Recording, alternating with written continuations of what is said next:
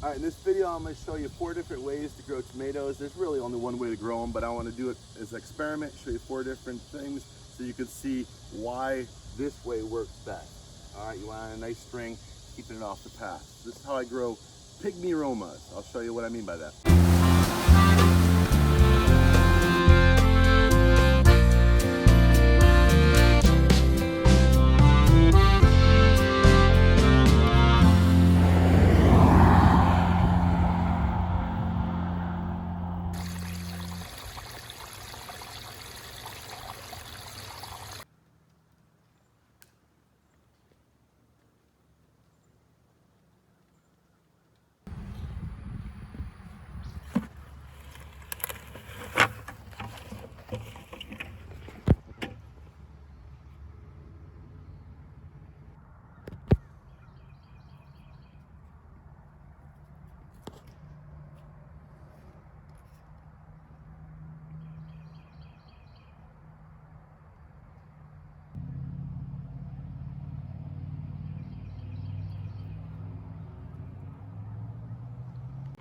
All right, so they have been under the paper for about a week. Let's take a look at them. Very nice. Very nice. All ripened up well. All right, first you need some good soil. Put a little organic fertilizer in there, and we're gonna seed it in a tray like this. Make sure you keep it moist. Wait till it's like 80-degree high temperatures in the daytime. Once they start to germinate, about a week, give it 2 weeks. Transplant them into these pots, and then prepare your garden. I got some fresh compost here. Make sure you water it in. Make sure you're doing it. After you plant them, you're gonna kind of keep them free of weeds. Eventually, when they get really big, just leave them alone. But when they're small like this, and I plant them staggered, so you can get between them. Then the rest is pest control. You gotta know what pests you're looking at. So for instance, here I see this grasshopper, and I think it's him, and I think it's doing this, and so, well, can't really be sure. I want to show you something. So I'm filming this guy, and right there you can see in the picture the real culprit. Right down there. Look at that. So you gotta know what you're looking for and who's the real problem. I'm even gonna give you some food. Not the good stuff though. I'll give you this old guy. He's not looking too good anyway. You have some of its leaves. And my daughter's been itching for a new pet. She wants a pony. I'll give her you. All right, we're at the end of the experiment. Time to harvest the tomatoes. We had 4 rows at the beginning of the year. 1 was tied up, 1 was not, and 2 back there in that weedy mess were planted between zucchinis. Let's go look at the weedy mess. All right, so I can clean up the weeds, but the issue is I can't fix the tomatoes. They grew between squash, and they just didn't produce any tomatoes. Look at that, that's bare. I mean, there's some tomatoes, but they're falling off before they even got any size. There's some patches here, I don't even know where the tomato went. It's laying down, but it didn't really do anything. All right, tomatoes between zucchini, not good. Now, tomatoes just left to their own nature. They're falling over. They're doing good. I can get something out of there, but they're taking up all of this room. Look at that. It looks more like, I mean, they really want to return to a vine of some sort. They're all over the place. I don't like that. I like nice and neat. Easy for me to get in there, and they don't seem to have any problem that close. Now, there's no problem whatsoever of keeping your tomatoes close together. I planted mine 9 inches apart because I want lots of them in a small area. I don't mind that they're smaller. They're not cherry tomatoes, so they're larger than that. I could still cook with them, but they're not going to be as big and plump because, well, the plants are 9 inches apart. But I still get more pounds of tomatoes in a small area than if I would let them grow taller. And there's zero chance of any disease if you do this. Look at that. That is beautiful. Until I pick them. So we'll come back in a little while. You'll see when I take the first batch off, all of a sudden it opens up to all sorts of disease and pests, which is why in this area, I only grow Roma tomatoes or determinate types of tomatoes. Okay, I'm gonna go through here, pick anything that is bigger than a cherry tomato, bigger than the biggest cherry tomato I can conceive. Like this right here, I'm gonna like grow a little longer. Wow, look at that. There, just from two 24-foot beds of tomatoes, I'm filled to the brim with here. Now I'm gonna show you how to wrap them up. First half, well, it's just coffee filters, just wrap them. I don't need to show it. Just wrap it up with coffee filters. You don't want any touching, that's the key. All right, and then you just lay some paper over there to help absorb the moisture. All right. And then you put them to bed for their metamorphosis. Inside. There, put them on a shelf, like a little fan, and climate controlled. We're about 76 degrees in here. Okay, it's about 2 or 3 days later. Looks like, let's take a look. We saw the grasshopper, that issue. Let's take a look at the leaves. Now that we started pulling at the plant, you could start to see some problems. Now that we've exposed the inside of their stem, they're susceptible to disease. But that's okay. Look at all the tomatoes we still got. Let's see how many tomatoes we get off this after 2 or 3 days of the first picking. Not bad. 24-foot bed, 3 days later, I get about the same size. The others that were left on there have grown a bit bigger. Some starting to ripen. Now I'm gonna get the other 24-foot bed. Not bad. We got about 2 layers. There's some dead space in there and a couple ugly ones. But there's lots more tomatoes on both these rows. I might miss some. Yeah, I did miss one other one. I might go back through this and get some more. It's pretty thick down there. But you telling me you couldn't go to a farmer's market, sell a bunch of these as gourmet tomatoes, gourmet Roma tomatoes, or Pygmy tomatoes, sell them for twice the price per pound. You're still producing more per pound per area, and you could sell them for twice as much. You telling me if you had a bunch of these, wait till they're nice and red, and I'll show you the last little shot, how beautiful they are. Put them in a box, same quantity as one big tomato, put them in there. You tell me people aren't gonna come rip those out of your hands? No, they will.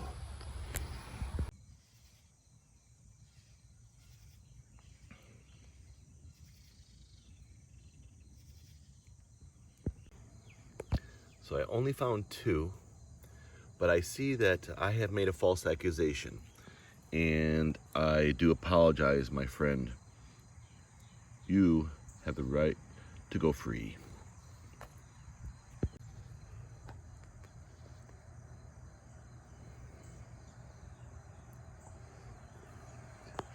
It's funny, my daughter really loved this grasshopper, so much that my wife even started to really take a liking to it as well. We've only had him for 2 or 3 days. So she said, well, that grasshopper is gonna die, so you better go release him. And I said, well, if it was either he's gonna die because he, was eating our vegetables, or he's gonna die in a jar. And she goes, oh, well, maybe release him out in the wild, in the woods. And I'm thinking, okay, well, here now I see he wasn't even the one doing the damage. And I should have known his bite marks didn't really look like a grasshopper. It was actually more caterpillars. They do the destruction. I've never really seen grasshoppers do the damage that those caterpillars do. And I only saw 2, but I'm gonna look around. It looks like there might be another one in there. No, I only seen 2, but 2 will do that damage. So I'm gonna check it out and see if I can see any more. This, my friends, is a tobacco worm. You can tell, well, it looks very much like the tomato worm, except the way you can tell the difference is you see those white lines on its side? Those, it's an easy way to remember. So tobacco worms have straight white lines like cigarettes. And the tomato worm has V-shape white lines, kind of like vine, V for vine ripe tomatoes. So it's a way to remember. And the tobacco worm has the red or black horn, and the tomato worm has the blue or black horn. To me, here in the Forgotten Coast, this right here is my most hated pest. I don't mind him when he's a caterpillar. He's very harmless, and I don't really mind that. But it's their adult life. I call them the demon moth or the devil moth. They are so freaking nasty. They torment our kids. They will zip by right by your ear. It's almost like they know. They'll fly. They're like 5 inches long, you know, their wingspan, and they buzz like a hummingbird. So they will fly right by your ear. And sometimes that's not enough for them. Sometimes they will circle you and zoom in and out right in your face. Just come in. And they do this to like my daughter, and she'll be screaming. And they're not just in the garden. They're out, you could be out on the coast, out on the pier fishing, and they'll be just tormenting the kids. So anytime we go to the park, and it's almost their season, so we're talking about a couple weeks, when these guys start to drop in the ground. In Florida, they're getting 2 life cycles. So they will, not 2 life cycles, 2 generations. So he's gonna drop into the ground. He's gonna turn into, you know, cocoon, pupate, drop underground, and then he's gonna emerge as a moth. And he's gonna go terrorize, and he's gonna lay eggs, and they're gonna do it again into the fall. But up north, you only get this 1 generation. But here's the thing. So in a couple weeks, these things are gonna be zooming around all around town, and we go to the park with this, we take this butterfly net, but you can't catch them. They're so fast. I'm not even able to catch them on camera. They zoom in from like 100 yards away and zoom out in like seconds. They fly like hummingbirds. They're about as fast. So because they do harass us so much and get in our face, I bought one of these, and I haven't opened it up. Last year, I kind of got at the end of the season. They're just obnoxious, so I'm just gonna kind of walk with it, ready, because they come every few seconds. Every few seconds, they'll be zooming in. They're like up north, we had mosquitoes, okay? Here we have moths 5 inch long, terrorizing our family. I'll be honest, you know, I kind of a little superstitious, so I used to call them devil moths or demon moths, because I thought they're possessed. But now I find out, after researching, that they're actually tripping most of their life. So the chemicals in the plants actually cause a psychedelic effect on them. They didn't realize this from the as caterpillars, because as caterpillars they can't move very fast. So who knows really if they're tripping. But as moths, they clearly can see it. There are certain flowers. I understand their tongue, and I don't know what their tongue's called. Like, I don't know, some word begins with P. And it's as long as their wingspan, so it zips out, you know, just like a hummingbird, like a tongue, and kind of goes into the flowers. The hummingbirds, that's why I have this vine here, because the hummingbirds like it. It's very beautiful. Every morning I see them, and they just stick their tongue in there, and then every now and then you'll get a moth that zip by and looks just like a hummingbird. Well, that's pretty interesting, except that a lot of these nectars have intoxicating effects on the moth, and so they'll actually will fly erratically, and they don't mind the toxicity, and they'll actually go back to the flowers that make them trip the most. So their entire life they're drug induced. So here's the useful bit of information about these moths for you as a gardener. All right, so obviously get them off your plants as soon as you find them. In the morning, before the sun comes up, you'll see them at the top like I did today. But after a couple hours, they go hide. They don't like that direct sun. So that's one thing to note. So you got to get up before the sunrise, which just as it's starting to be light enough, it's easy to see. They're way at the top. I'm not going to dig through there because I think I lost one. I think I saw 3 earlier, but the sun started coming up and I'm losing them. But here's the other thing. It's most important. So I treat every gardening experience as an experiment. So as you remember, I planted 4 rows near each other of tomatoes and did each one slightly different. So this one has produced the most tomatoes, and it's nice and neat, keeps our path clear. But I want to show you something. This one has the worms. This one does not. Now, these worms, as moths, are very selective of the plants they will put their caterpillars on. And their caterpillars are prone to wasps and other, birds. So if you have 2 and one is higher off the ground, that may have an advantage or some reason, not one caterpillar on the tomatoes that are not tied up. So yes, it's neat to have them nice tied up, but these are producing just as many tomatoes falling over. They don't have the caterpillar. Obviously, the ones I put over here between it's a weedy mess. I'm gonna get this in a little bit. These, I'd be lucky if I even get one tomato off of. It's the shade or the zucchini that they're in between. Didn't produce anything, and I planted just as many. I get a few tomatoes. It's just ridiculous. So I took the zucchinis out, got lots of weeds. I'm gonna pull them out today, and I'm gonna see if I can get anything out of them. But also, no caterpillars on any of these. No tomatoes either. So I got 4 different ones. I got another bed over there. So there is something significant about this, where they laid their eggs on this one. They were tied up nice and neat and bunched together. Maybe they foresee there's more room to hide. Now here's the thing.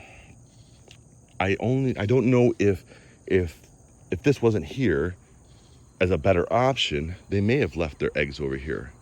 But since this was available to them, they put all their eggs along here. So I might in the future do 1 or 2 rows on strings and just add a little bit more space and let them just kind of hang over here like they are. Now I haven't been able to find out, maybe you guys could know in the comments, where these guys as moths, as adults, go in the winter time, because here it's too cold. Do they dig underground? My current belief is that they return to hell where they came from, but I can't prove that. But let me know in the comments if you know where they go. I can't seem to find it online of where they go in the wintertime as adults. And I don't buy that they die at the end of the year. The reason is because they lay eggs in the spring, so that wouldn't really work out very good. All right, so they have been under the paper for about a week. Let's take a look at them. Very nice. Very nice. All ripened up well.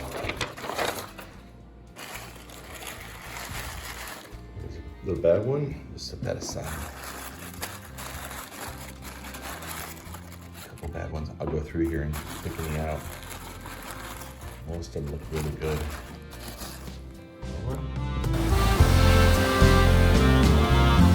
There's plenty of room on this beach for visitors.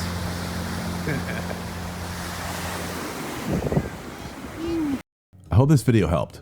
I got another coming, so like and subscribe to catch next week. Before I go, I want to share something with you. I know firsthand the frustration that comes with spreadsheet garden planning and unreliable apps. That's why my son and I created the Garden Optimizer. It's a super simple tool with just 4 pages and accessible with 4 buttons. One page is your garden parameters, a second is for your climate parameters, and the third is for your crop definitions. But the real magic happens on the garden page.